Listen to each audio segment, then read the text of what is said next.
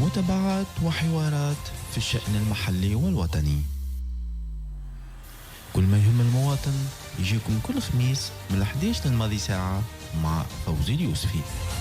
مرحبا، اهلا وسهلا من جديد. نعود لكم الساده والسيدات متابعي ومستمعي اذاعه الكرامه، اذاعه الاقليم الرابعه، صفاقس سيدي بوزيد قفصه وتوزر 90.5 والمئة FM. مرحبا بكم من جديد، تابعونا على صفحه الاذاعه. نعود الى ولايه سيدي بوزيد بطبيعه الحال باش نحكوا هذه السنه حديث في كل يعني العمادات وفي كل المعتمديات وفي كل الولايات عن البرنامج التنموي 2026 2030. يعني برنامج هذا ينطلق من القاعده، ينطلق من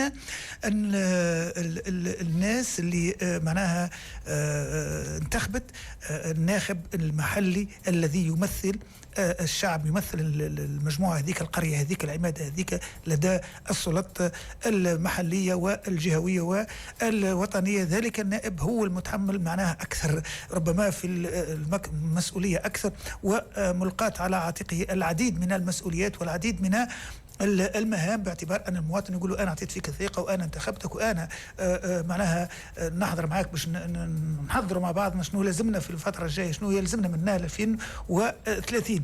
انطلقنا في الحقيقة، تحدثنا على الباج تاع الإذاعة في عدة مقالات على بعض العمادات اللي اتصلوا بنا يعني أصحابهم أو الممثلين النواب المحليين، وأعطانا كل نائب أعطى بعض العمادات، أعطت يعني ما تطمح إلى أن يكون لها من هنا إلى سنة 2030.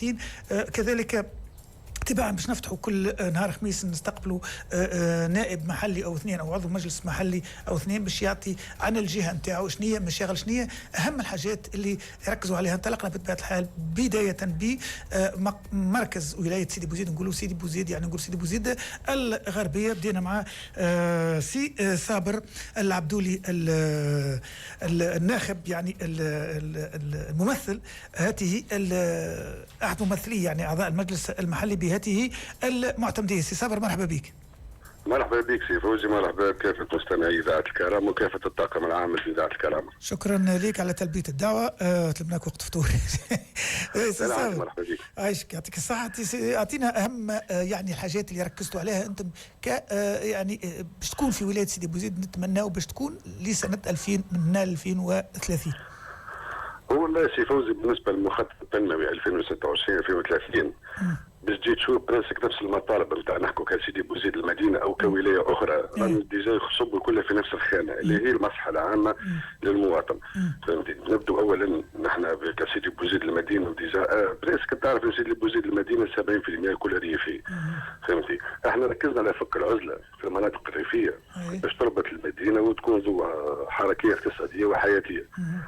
التركيز هذا ركزنا عليه. فهمتي؟ لان تعرف انت فهمتي سي بوزيد انتاجها في لاحي برشا، وثم برشا معتمديات في عزله على السنتر نتاع المدينه. فهمتي؟ ركزنا على فك العزله، ركزنا على تعبيد الطرقات، المسائل التاريخيه بالنسبه للفلاحه ركزنا على كيفيه دعم الفلاح وكيفيه ستارت اب المستثمرين كانوا داخل تونس او خارج تونس. بالنسبه لجوانب اخرى ركزنا على المشاريع المعطله. أيوة. اللي هي نحن نسمو فيها مش معطله، نسمي فيها مشاريع وهميه اللي كانت تنطق كما كان بالاسم فقط، كما مستشفى جامعي كما كليه طب. برشا برشا برشا برشا سوق الانتاج الكبرى الى حد الان معناها تحدثنا عليه برشا، والى حد الان مازال ما يروح مكانه تقريبا. سوق الانتاج الكبرى اللي هو موجود في شيرة ام العظام، هكا المنطقه الصناعيه هذيك. اي بالنسبه لسوق الانتاج، بالنسبه لسوق الانتاج احنا بحكم مرجع من سيدي بوزيد الغربيه وديما في محل متابعه من المجلس المحلي بسيدي بوزيد الغربيه وبالزملاء في العمادات نتاعهم العظام وسيدي سالم بحكم هما قراب غادي المنطقه هذه. فهمتي ولا؟ احنا بريسك في متابعه بريسك يوميه ودقيقه جدا. والحاجه اللي في اخر اجتماع عملناه مع السيد مدير سوق الانتاج صلاح قاروي طمنا انه اخذاء منحى جدي وانكور، وان شاء الله نبشر به الاهالي. ديجا هبطنا حتى في الصفحه نتاع اذاعه المجلس نتاع صفحه المجلس المحلي انه سوق الانتاج اخذ خطوه كبيره، وان شاء الله في 2000 اول بدايه 2026 يبدا في الاشغال. فهمت؟ التعطيلات معناش تعطيلات، احنا ركزنا على المناطق المحاذيه ليه. في ربط طرقات السياره اللي ديجا موجود طريق السياره سنه حاطينها من الاولويات. سوق الانتاج من ضمن الاولويات. التعبيد نتاع المسالك اللي حكيت لك عليه باش ينقذ الفلاح يخرج من ثم ديريكت عدى سوق الانتاج. مشروع كبير ان شاء الله كان سهل ربي يتم تداوله. لما حال احنا اليوم صبينا المخطط نتاعنا اللي هو كان صعيب برشا، حبينا نربطوا بقيه الولايات. عدينا برامج جهويه وعدينا برامج اقليميه.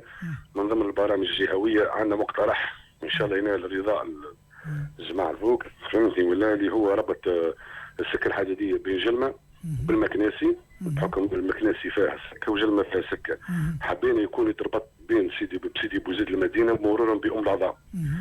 فهمت هيك كتشهد تولي حركيه اقتصاديه كبيره برشا، كان في نقل المسافرين وفي نقل المنتوجات او البضائع كما كالفلاحيه.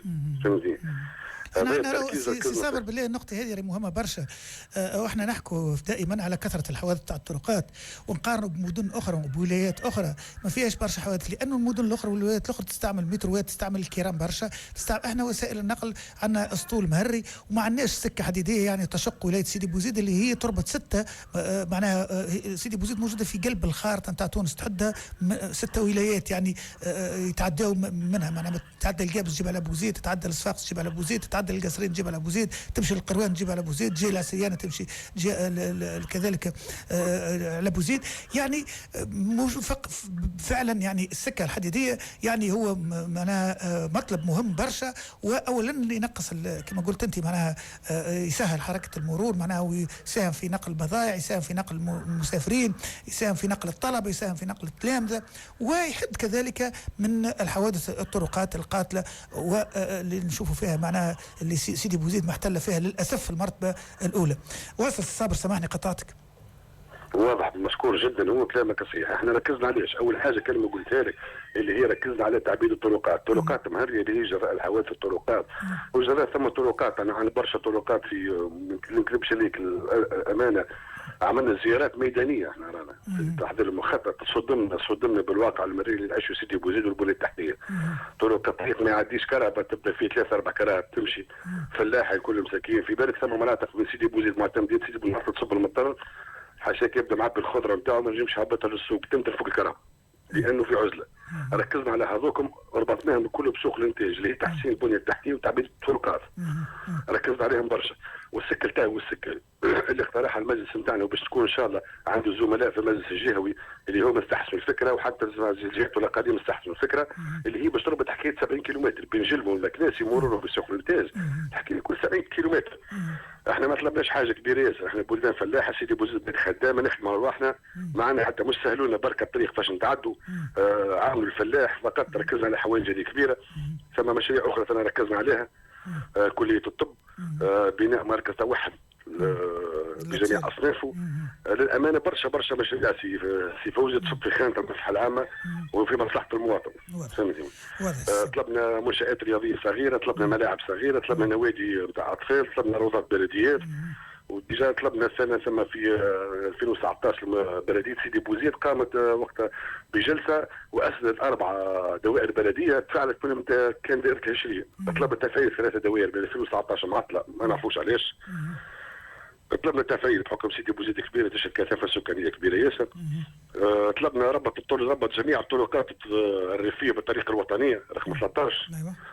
فهمتي. للامانه سي فوزي كما قلت لك المطالب نتاعنا برشا هي فهمتي ما كل ما طلبناش نحن حاجه مستحيله كما برشا ولايات اخرى. المهم انتم بوبتوا تلك المطالب، اعطيتوا شكون الاول شكون اللي يستحق هذا يلزم. لا بالطبيعه تم تبويب جميع المطالب برضا وتفاهم من جميع الاطراف. المجلس المحلي بسيدي بوزيد الغربيه بكان في التفاهم والتناغم والحمد لله يا ربي بكامل رضا. للامانه اعطينا الاولويه ديما الى الريف.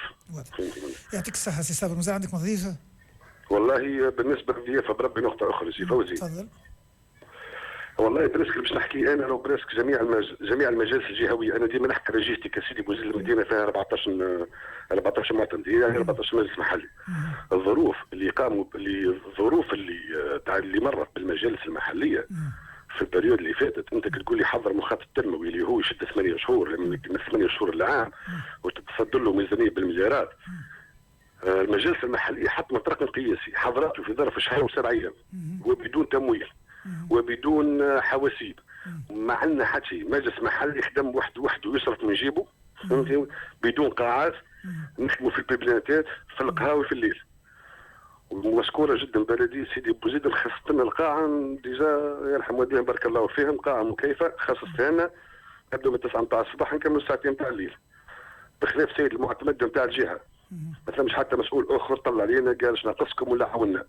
الادارات الجهويه من الداخل يرحم والديهم جون اعطونا جميع النقائص نتاعهم، جميع الطلبات نتاعهم، مجتمع مدني اجتمعنا به، اعطانا كل شيء ما يخص الحصيل. واحنا بالنسبه عملنا احاطه لجميع مكونات المجتمع المدني كاداره كمنظمات كجمعيات، عيطنا لهم الكل وسمعناهم، اخذنا برايهم، حددنا اولوياتنا. واليوم الخميس قمنا بايداع المخطط التنموي الحمد لله، فهمتوا، كان برضاء جميع الاطراف وبتفاهم جميع الاطراف، فهمتي. هذا كله قلت لك سي فوزي للامانه راهو بصراحه نداء هذا نوجهه للسيد رئيس الجمهوريه لالتفات المجالس المحليه وما قامت به من معجزه في تحضير المخطط. واضح الصبر. شكرا، بارك الله فيك. بارك الله فيك، يعطيك الصحة. نذكروا انه الاذاعه على ذمه كل مجلس محلي في اي معتمديه من معتمديات ولايه سيدي بوزيد ولا حتى العمادات باش يجي باش يتكلم يقدم المخطط نتاعو نتاع الجهه نتاعو، العماد نتاعو او المعتمديه نتاعو، المخطط التنموي 26/30. ذكروا برنامجنا برعايه شركه سكوب انرجي ديليس ومقهى تراس واستراحه الامراء.